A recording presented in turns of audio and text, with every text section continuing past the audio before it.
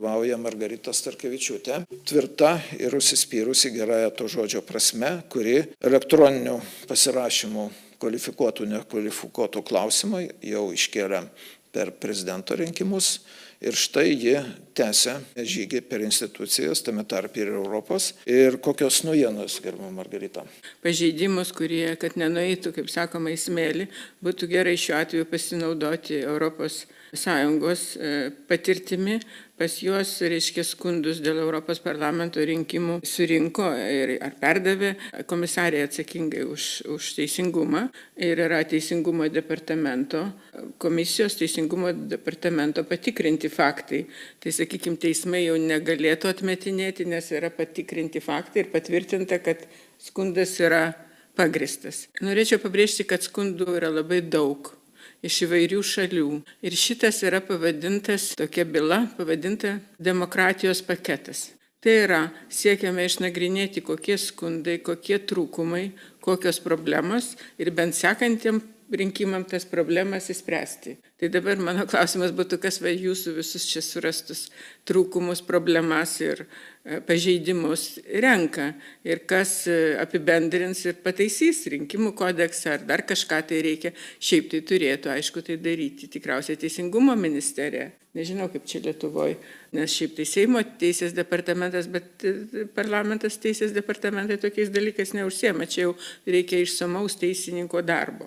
Tie skundai surinkti, sakykime, teisės, atsakingo už teisės žmogaus Europos komisijoje, jie dalis, jeigu tie, kurie bus pripažinti jau tokie esminiai, gali ir Europos komisija kreiptis savo vardu į bendrąjį teismą Europos Sąjungos, kad kažkokie tai rinkimų rezultatai būtų pripažinti neteisėti.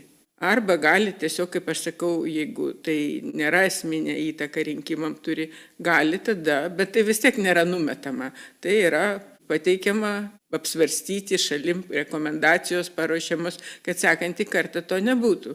O Lietuvoje jau tapo tradicija, kad kasmet, kiekvienus rinkimus vis tos pačios istorijos, ypač su užsienio lietuviais ir panašiai. Tai čia tikrai šitą klausimą reikėtų iškelti ir aš pati siūlau iš karto, kad tas klausimas jau bent naujojo Seimo būtų įvertintas ir pateikti pareiškimai ar pasiūlymai ministerijom, atsakingai ministerijai spręsti šitą klausimą, kad toliau nebūtų. Dabar kitas yra klausimas, kurį labai dažnai klausia ir čia mes iškėlėme dėl tų elektroninių parašų, kodėl nebalsuojama internetu, kam čia reikia tos dokumentus vežioti, čia būtų paprasčiau ir panašiai. Tai čia aš tokius daug sulaukiu paklausimą ir aš jums galiu tik tai pasakyti vieną dalyką.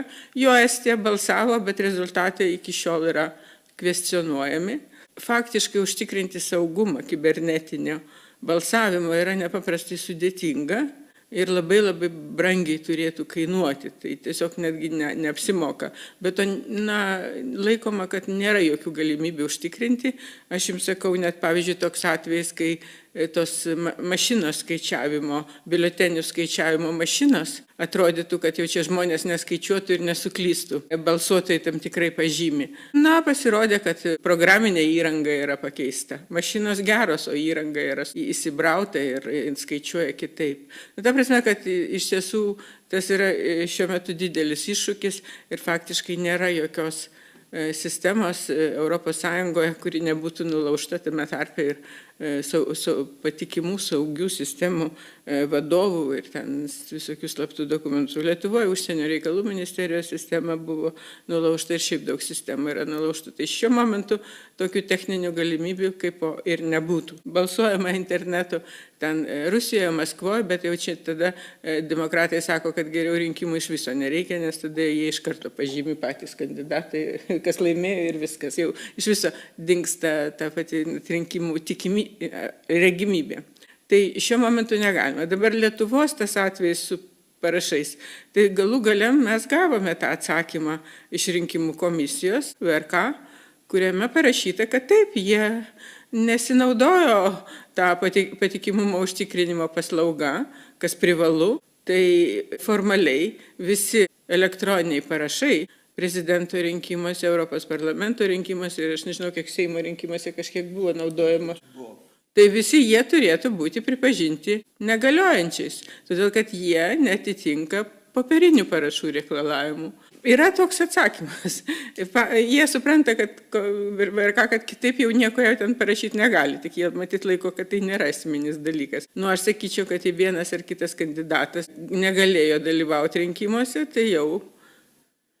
Gerbiama, mes irgi gavom su Gediminu atsakymą, žinot, kaip jie ginasi. Jie ginasi, sakydami, matot, rinkimų kodekse nėra įrašytas reikalavimas dėl kvalifikuotų elektroninių parašų, o kiti įstatymai Vyriausioji rinkimų komisija. Bet tai yra įstatymas elektroninio parašo. Bet dėl Europos parlamento rinkimų yra kitas pažeidimas, kurį aš gavau atsakymą iš Europos komisijos, iš to teisingumo departamento, kad iš tiesų pažeistas rinkimų įstatymas, tai yra, kad jungtiniai sąrašai, nustatytas jungtiniams sąrašam barjeras buvo 7%, iš tiesų pagal ES teisę turi būti 5%. Tas 5% buvo pakeisti tik tai gegužės mėnesį, kai jau pateikti dokumentų nebuvo galima. Dokumentus buvo galima pateikti tik tai iki kovo 18 dienos. Tai ta prasme, lyg tai patys rinkimai vyko jau, kai buvo 5% jungtiniam sąrašui, bet pateikti dokumentus nebuvo galima. Aš pati skambinau ir juokais klausiau, gal aš galiu pateikti dabar jau dokumentus jungtinio sąrašo, kai buvo patvirtintas Seimo, reiškia tas Europos pataisa, ES pataisa. Jie sakė, ne, jau negalima per vėlų, nu žinoma per vėlų. Bet tai kodėl buvo patvirtintos taisyklės ES vėliau negu buvo priimami dokumentai, čia jau, kaip sakoma, būtų atskiras klausimas. Tai dėl šito klausimą aš ketinu arba pati, arba kartu su komisija kreiptis į Teisingumo teismą Europos, nes Lietuvos teismais aš tiesą pasakius nelabai tikiu. Nors dėl humoro reikėtų pateikti ir pasižiūrėti, kaip jie dabar sureaguos, kai yra Europos komisijos teisingumo departamento išvada, kad pažeistasis įstatymas. Tai man būtų įdomu tiesiog pasižiūrėti mūsų, kaip jie išsisuktų šį kartą. Bet tai yra gėda, kad toks dalykas. Dabar kodėl visas šitas dar svarbu kitų aspektų? Jeigu jūs matote, vyksta rinkimai ir Moldavijoje, ir Gruzijoje, ir kitur, ir Lietuvos diplomatai, kurie patys daro tą, ką daro, reiškia mokina kitas šalis, kad jūs čia ne tai balsuojate, čia ne tą darote, tai jiems reikėtų patylėti. Ir šiaip manyčiau, kad šiuo atveju irgi turi būti imtasi kažkokių priemonių ir tikrai manau, kad visi šitie diplomatai, kurie taip elgėsi su Lietuvos piliečiais gyvenančiais užsienyje nepagarbiai, kurie taip tvarko dokumentus, vargu ar gali atstovauti Lietuvą.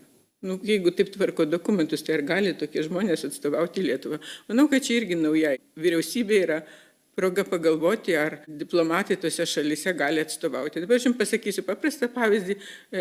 Šitie lietuviai gyvenantis Portugalijai negavo laikų dokumentus, negavo biuletenių laikų, todėl pirmadienį gavo. Jau negalės dalyvauti, Ispanijos ambasada siuntė iš Ispanijos, jie priklauso Ispanijos ambasadai, Portugalijoje nėra ambasados, Ispanijos ambasada siuntė ir atėjo paštu, pavėlavo ateiti. Tai dabar jūs man pasakykite, iš Madrido į Lisaboną lėktuvas kainuoja 100 eurų ten atgal. Negalėjo nuvežti? Kitas dalykas tikriausiai yra diplomatinio pašto sistema. Tai ją negalėjo pasinaudoti, jeigu čia svarbus dokumentai. Reiškia, dokumentai nenumeruoti, ką ambasadoriai nesupranta, ką reiškia dokumentai, kad kokie dokumentai svarbus, kokie nesvarbus, kokie turi būti numeruoti, kokia atskaitomybė yra. Jie šito nesupranta, tai jie tikrai negali dirbti, niekas negali dirbti. Jie tiesiog negali dirbti. Tai kaip jie tada Lietuvos reikalus tvarko? Taigi čia visiškas skandalas. Taip ir tvarko. Visiškas skandalas. Linksmiausia, kad jie dar sugeba, reiškia, rašyti pareiškimus Lietuvos vardu ir reiškia protestus kitom šalim, kad netai balsuojama. Tai jau patylėkit. Ta prasme, kad čia aš norėčiau vėlgi, kad viskas, kas čia dabar atrasta ir padaryta, nenueitų į smėlį, kad paraginti naują vyriausybę, naują Seimą, imtis griežtų priemonių ir sutvarkyti šitą dalyką. Ir tai papasakojau pavyzdį, kaip tai daro Europos komisija. Taip pat turėti demokratijos paketą, tobulinimo paketą ir visus tos nesklandumus, kad biuleteniai išvežiojami prieš paskelbiant rezultatus, kas jau visiškai nesąmonė. Tai čia kas irgi jau rusų intrigos, jo? kaip jie čia mėgsta gruzinamas ir visiems sakyti. Čia Rusijos intrigos, spaudimas jums daromas buvo. Ar jūs čia patys savo spaudimą pasidarėte? Tai vat šitą viską reikia, kaip sakoma, sudėti ir paskui vienu ypu pataisyti, kad neišsimėtytų. Tas visas geros darbas stebėtojų, daug žmonių dirbo ir savo visuomeninį. Mes visada skatinam visuomeniškumą. Tai vat tas visuomeniškumas, kad būtų atpildas už tai, ne moralinis atpildas, ne apie pinigus kalba.